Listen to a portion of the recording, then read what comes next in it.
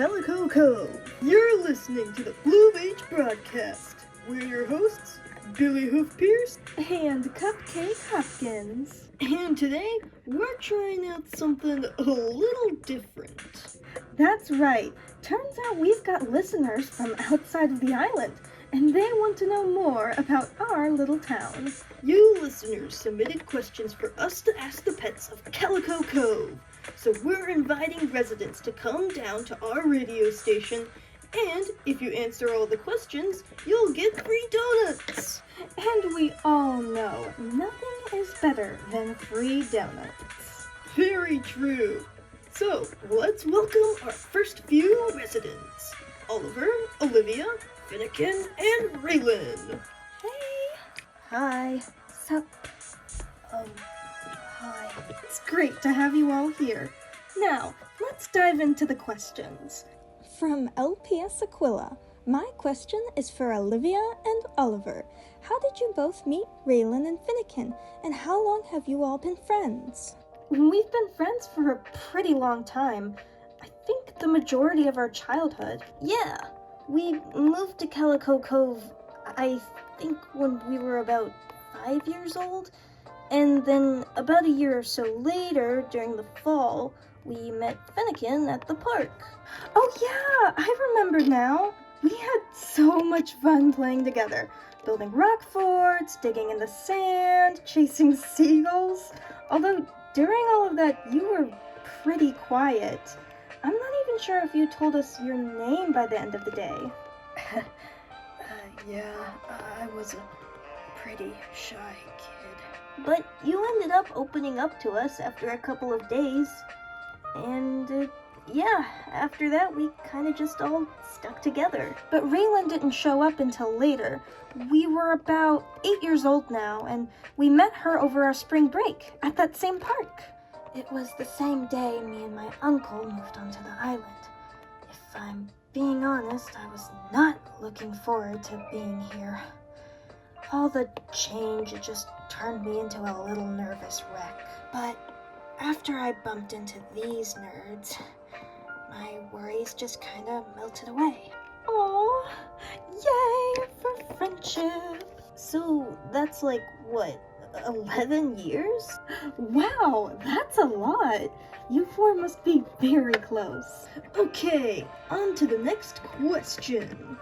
LPS Aquila asks, what are you all's favorite songs? Someone You Like by The Girl and the Dreamcatcher.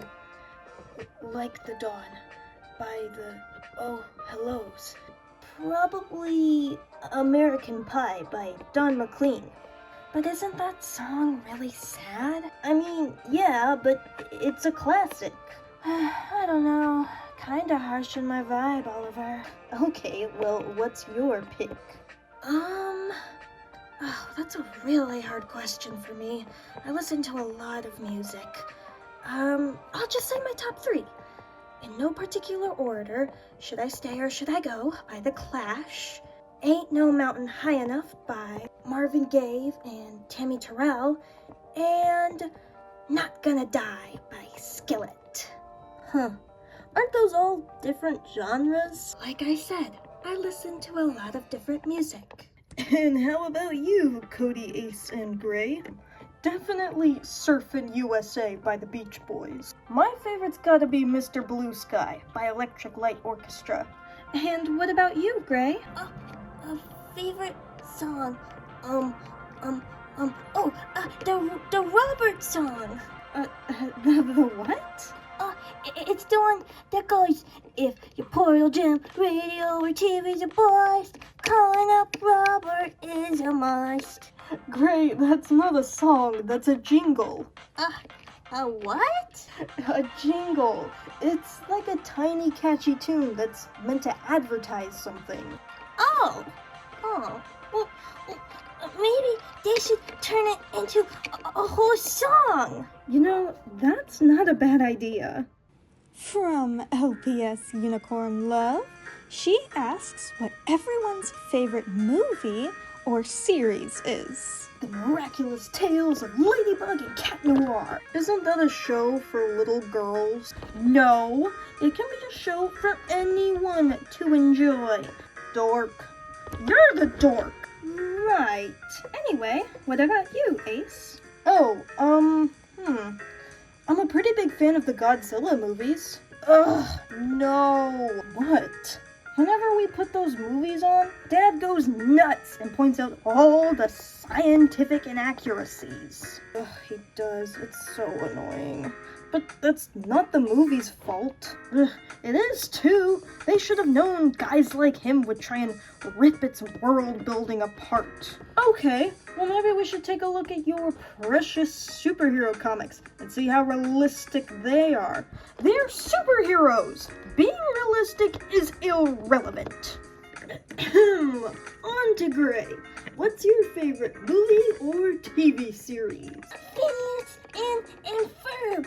They do so much cool stuff over their summer vacation, like building a rocket, or fighting a mummy, or climbing up the Eiffel Tower. Discovering something that doesn't exist. Or giving a monkey a shower. Yeah! And the songs, they're so catchy. And what are all of your favorite movies and TV shows? Disney's Atlantis, The Lost Empire. I really like the protagonist, Milo.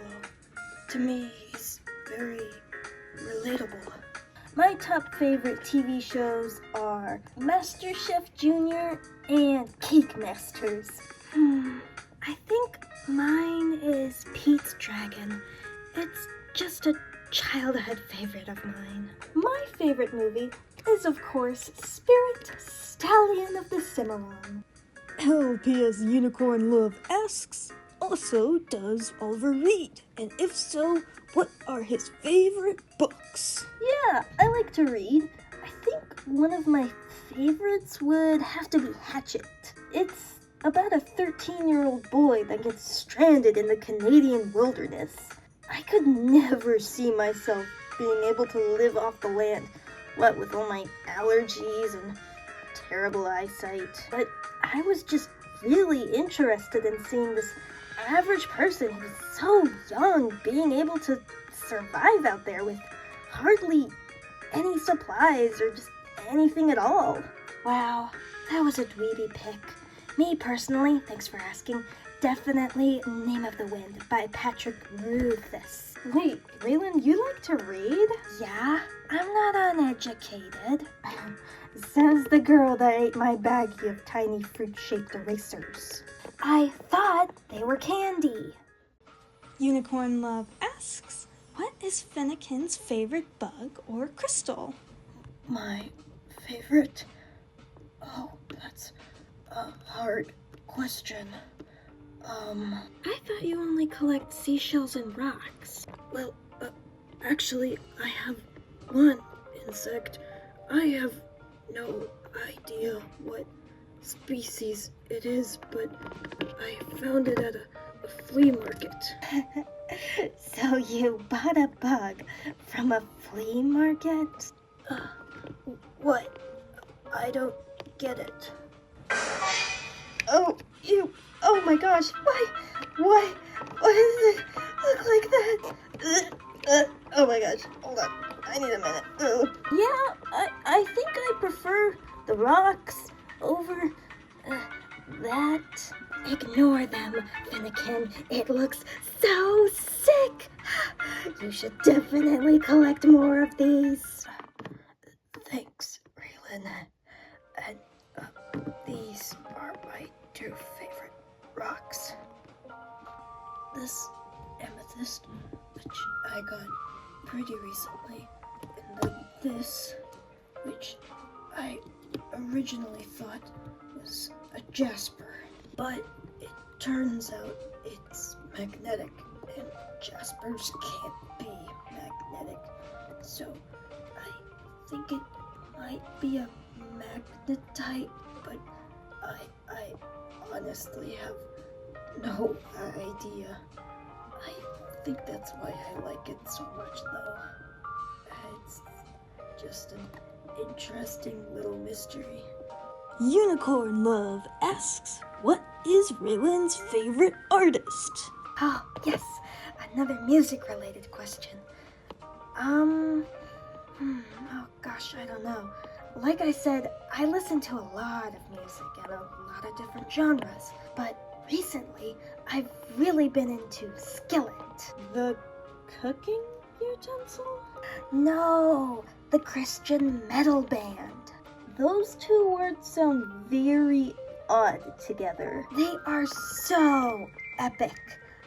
Their music sounds so awesome. I highly recommend them. And Unicorn Love's last question, what is Olivia's favorite food? I think it would have to be strawberry shortcake. Honestly, anything that has strawberry in it, I am a huge fan of. From Kit Kat, a question for Steve. How do you feel about the representation of sharks in the media?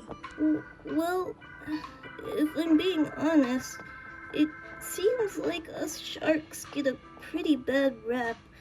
A lot of the fear around us is sprouted from a lot of misinformation. Ever since I was little, I dreamed of being an actor, getting to step into a new world and become a new person. However, with each part I've gotten, I've really only been casted as an antagonistic, monstrous creature. That sounds really frustrating. Oh, it is. But I'm hoping that with time, more pets can learn that us sharks really aren't all that scary. And Kit Kat's other question is for Raylan. How long have you and Oliver been dating? What? We aren't dating. About 3 years now. What? Yeah, Oliver's absolutely infatuated with me. What? He just can't keep his paws off me. No, she is just joking. Stop it. And he loves going on skateboard dates with me. Raylan? He's just silly and gets all flustered when we talk about this lovey stuff. Raylan Serafina Nash. Excuse me? Oh, he used her middle name. Oh boy. Uh-oh. How dare you use my full name? Oh, you started it, spreading all this nonsensical misinformation. We are not dating. We are just friends. Just friends? Uh-oh. Just friends? Oh boy, here we go. I'm sorry. Remind me again. Who's saved your scrawny nerdy butt from all of your bullies? You. And who has leapt across a table to get you your EpiPen when you went into anaphylactic shock? You. And who? Tell me who has always eaten all of your cooking? You. But I'm just a friend. I mean, no, that's not what I meant. No, it's fine. I get it. But Raylan, Excuse me. I need a minute to myself after realizing how little I am valued. Raylan, come back. Wow. Talk about teen drama. Am I right? I'll be back. I'm gonna go check on them. Good luck. Thanks, I'll need it. Well, why don't we go on ahead and move on to the next question? From LPS Kittercatter, Fennekin, who is Melody and how do you know her? She seems very lovely. She's an acquaintance of mine. I haven't known her for all that long. I just met her recently. I don't think she's even from the island, since I've never seen her here before. Did she just move in, or is she visiting? I'm not sure. I didn't get a chance to talked to her much, but I plan on asking her next time I see her. If I happen to bump into her again, that is, which I really hope I do. The conflict is nearly resolved. Everything is fine. So, you smoothed things over? Me? No. I just watched the drama ensue, but it all ended up working out. That is after Oliver offered to buy Raylan a soda from the vending machine. I'm sorry for calling you just a friend. We're obviously a lot closer than that. Apology accepted, and I'm sorry for joking around about our future relationship. I took the joke too far. Apology accepted. And, wait, did you say future relationship? No, I don't know what you're talking about. LPS Kittercatter asks, Olivia, what do you like most about Ace? Oh, it's so hard to choose. His blue sparkling eyes, his fluffy husky hair, his inspiring surfer skills, how he's such a gentleman, and... oh, wait a minute. You don't think he's listening to this, do you? Maybe, but even if he is, it's not like he'd even realize you're talking about him. He's so oblivious. Yeah, I wouldn't be surprised if his head's just full of floof. No brain, just floof. Ah, Raylan, that's not very nice. If the man can't clearly see the gorgeous girl standing in front of him trying to give him her heart, then he's got no brain. I mean, I probably just need to be more obvious, or maybe he's just really shy. Whatever you say.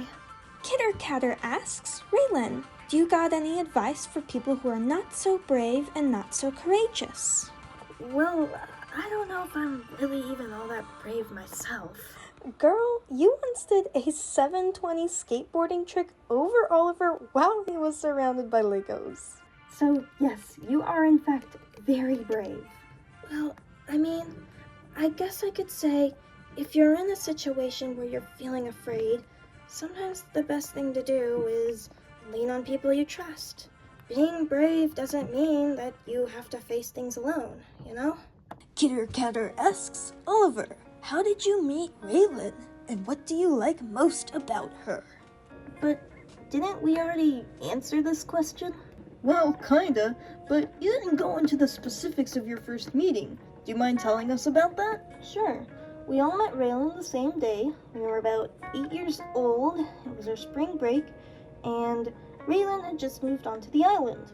3 of us were playing at the park, and then, well, all of a sudden these 2 middle schoolers showed up. They were known for picking on us little kids, especially me and Finnegan, since we were 2 scrawny nerds. Respectfully, you are still very much so scrawny nerds. Shush, don't interrupt me. Anyway, these 2 middle schoolers came up to us, snatched Finnegan's satchel, and started making fun of him. Olivia tried yelling at them to stop, and they pushed her over.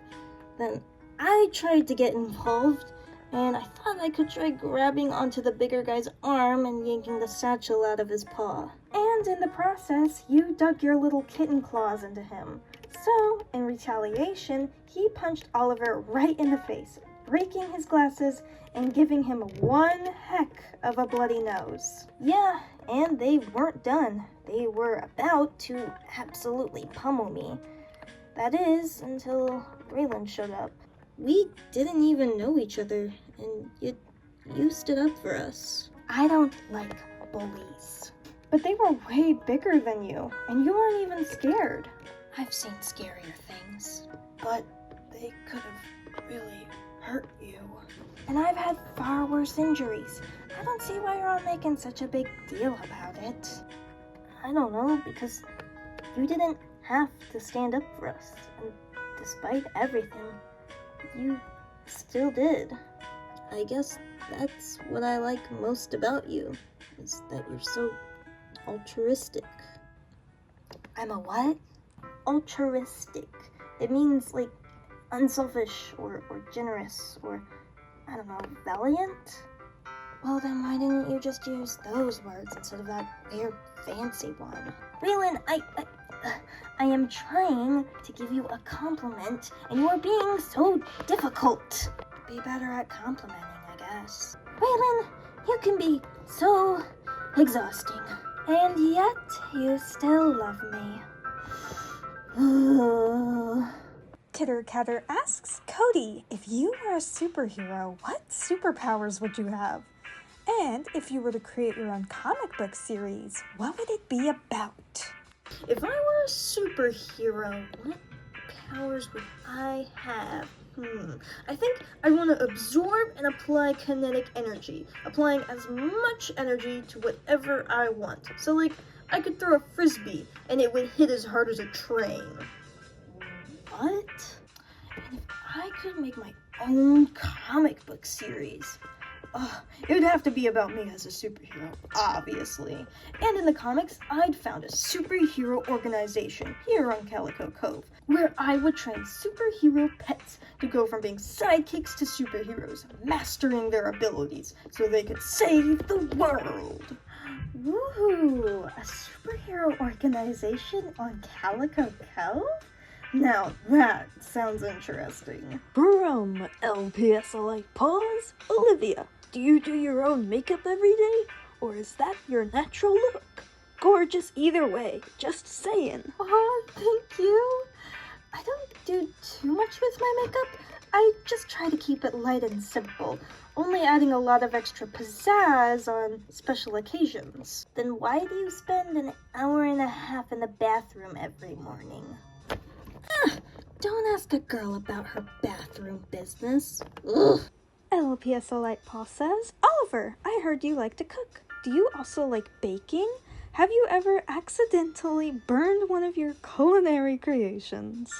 Yeah, I've tried baking before, but it's really different from cooking. You gotta get all the measurements right, and it could just be so confining. My mom's a lot better at it than I am.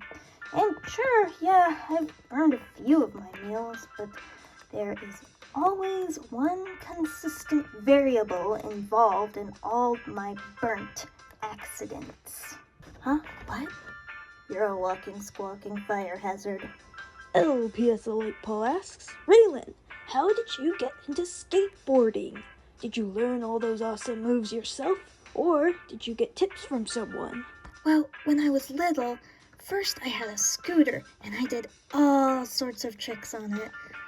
That was until the day I horribly crashed it, destroying both the scooter and the bone in my left leg.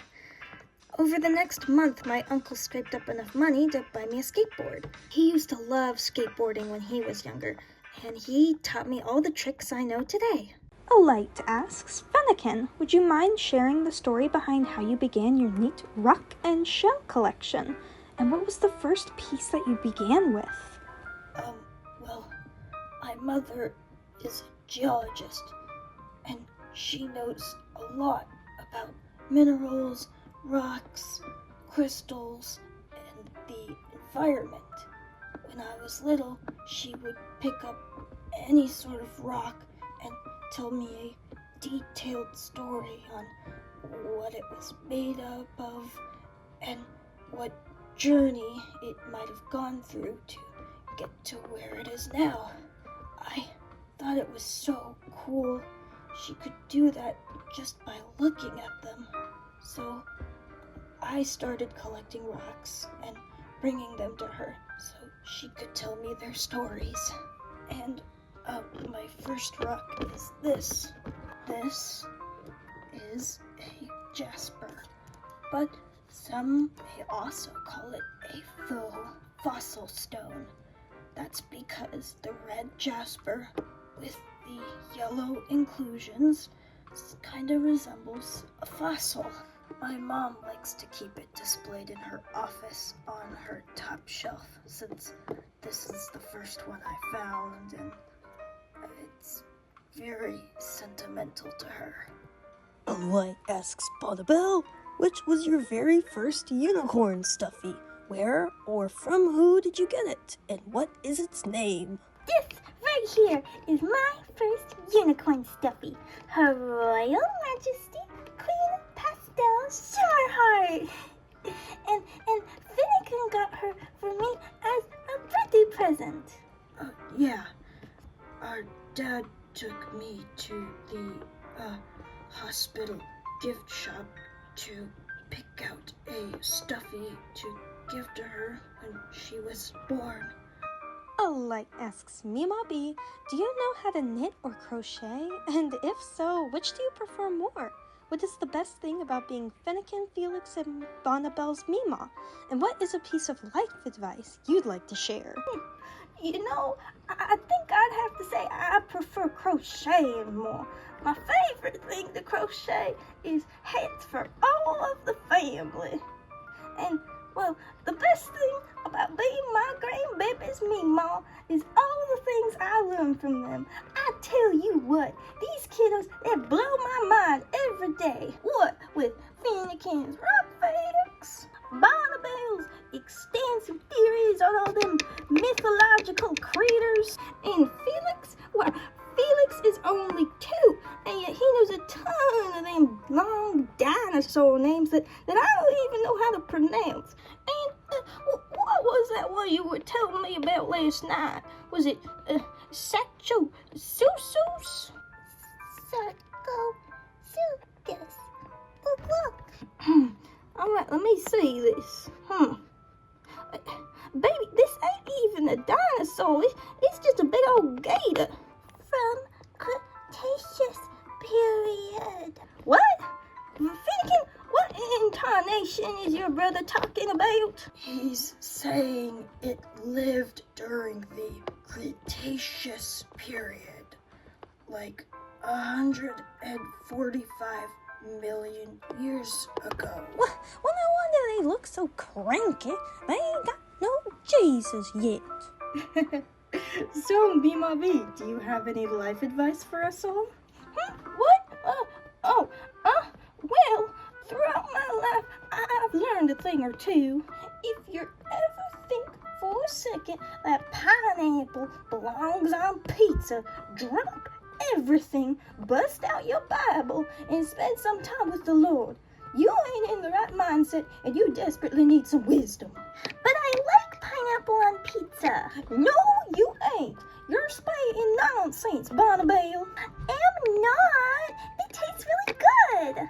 Well, maybe I ought to put some soap in your mouth and wash out those nonsense taste buds of yours. Come here.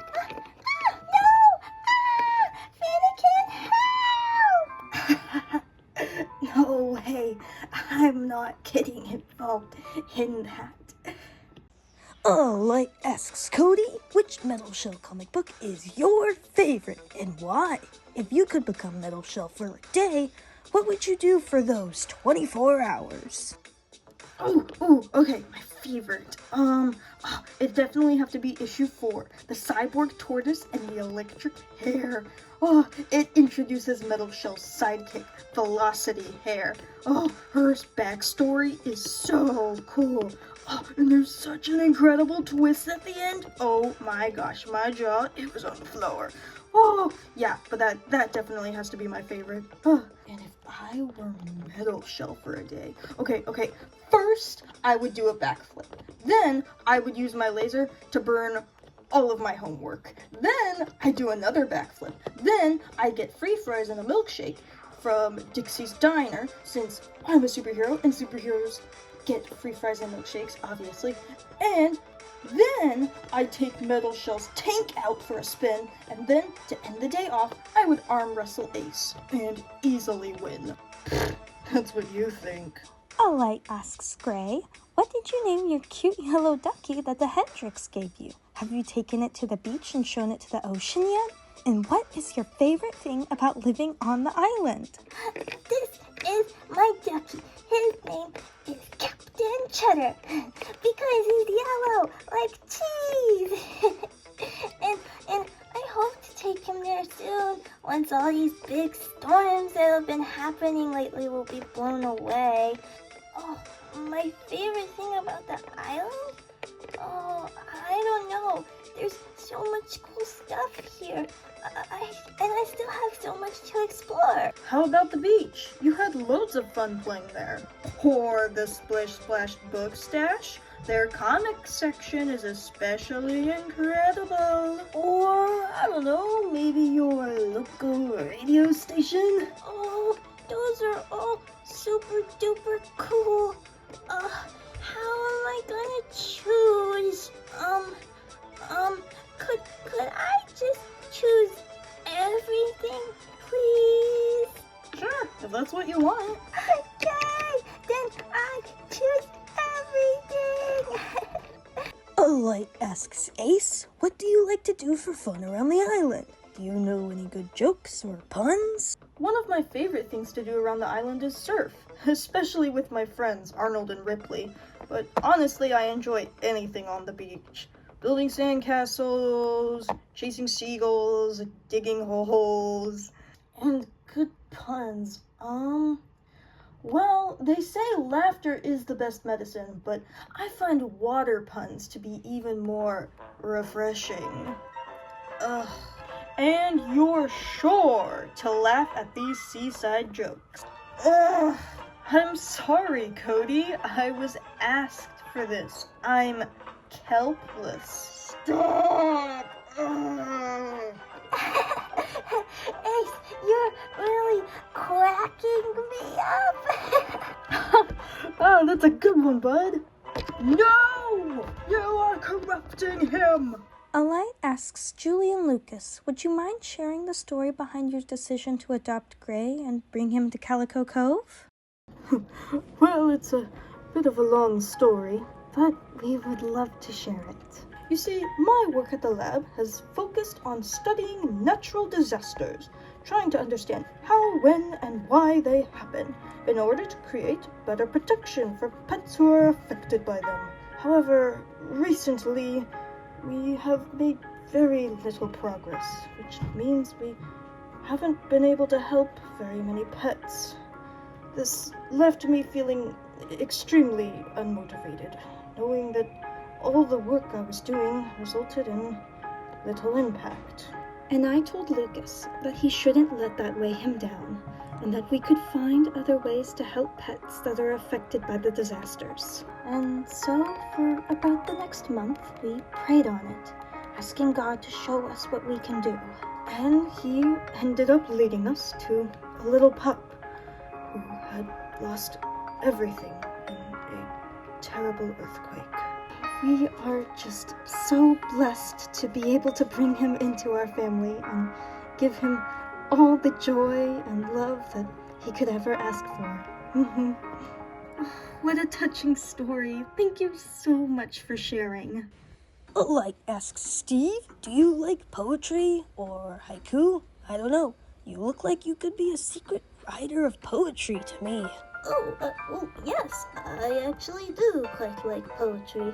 I've dabbled a little in trying to write them, but I wouldn't say I'm a pro. I really enjoy reading poems and just pondering all the hidden meanings and metaphors in them. Can you think of any that you've read recently? Well, yeah, actually, I can't put my flipper on where I heard it from. Maybe the TV? But it went something like this. A clock has one face, but the three have two. Pelt shaking, ground breaking, got no clue. Pounding waves of yells and shouts, a silent muzzle full of doubt. Cinder tipped wings, vagabond to pine, haunted by famished shadows, snuffing outshine. Oceans rise and cities fall. Facing oblivion, you all look small. Wow, that sounded very, foreboding? Whoa, I think I get it. Wait, you do? Yeah, obviously, it's about the stress and anxiety that society invokes upon us. Huh? I don't... What? Poems can have many meanings, you know. But I'm stumped on where I heard that one. Alight asks Arnold, if you don't mind talking about it, what were the circumstances behind the bombing of your test? Yeah, well, I've never really done well at any sort of tests. I do enjoy studying, don't get me wrong, but I don't know. The moment I see a test, I just kind of freeze up. Like, my brain goes into panic mode. Too bad I can't ask my teachers to just give me a paper to write or a project to make instead of the test. Tell me about it. Tests are the worst. Alight asks everyone, which of you is able to name all the milkshake flavors at Dixie's Diner? Go! Oh, I can do this!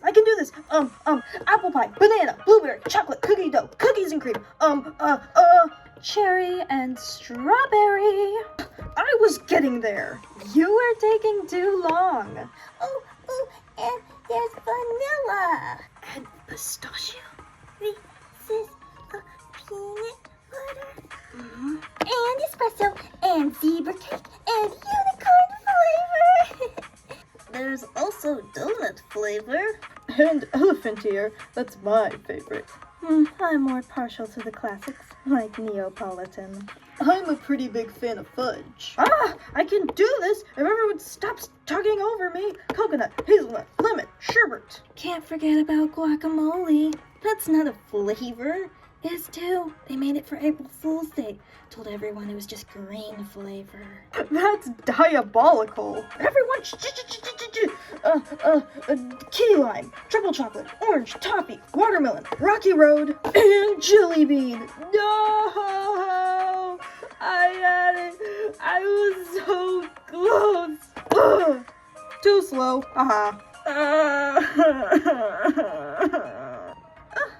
My goodness gracious! I can't believe you all forgot one. Huh? What?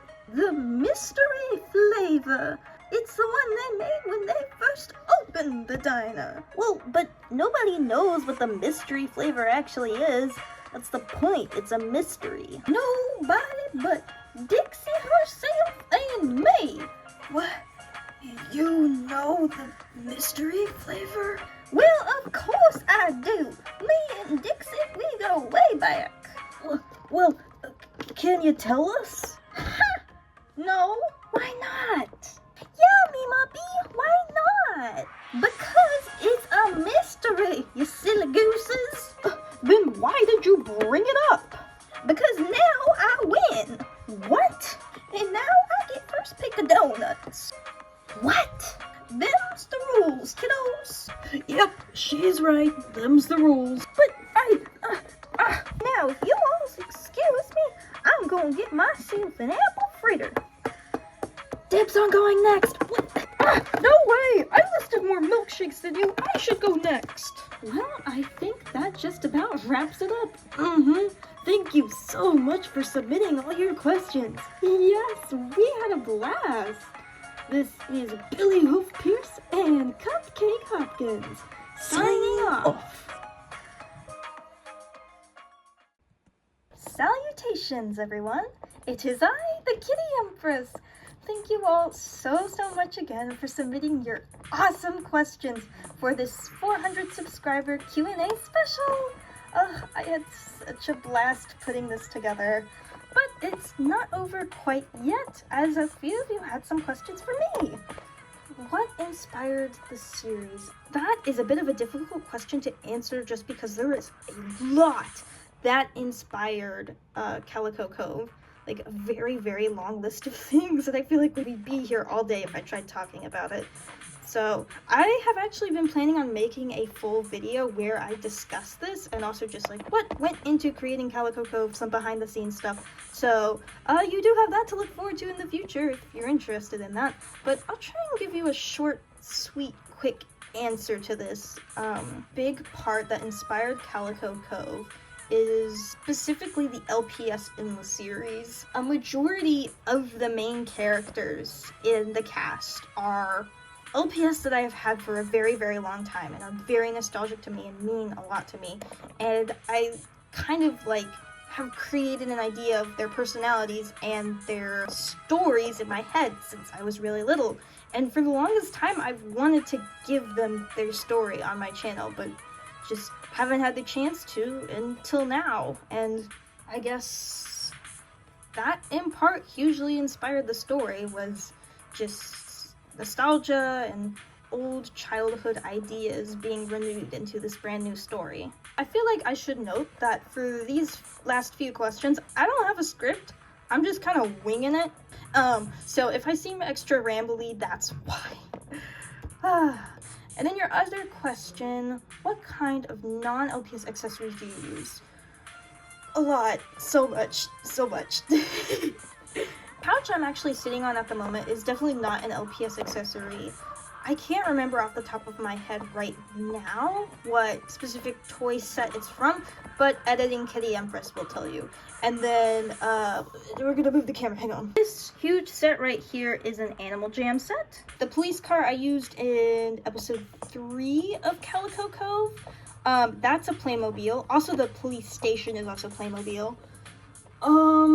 What else? There's a lot of Calico Critters stuff I use too, lots of furniture, but yeah, a huge chunk of the accessories and set pieces I use are made up of things that are non-LPS. Oh, okay, oh, this is a really good question. I don't know if I've ever had anyone ask me for advice for LPS tube stuff. I would suggest to not lose sight of the joy in it all. Follow your heart. Have fun.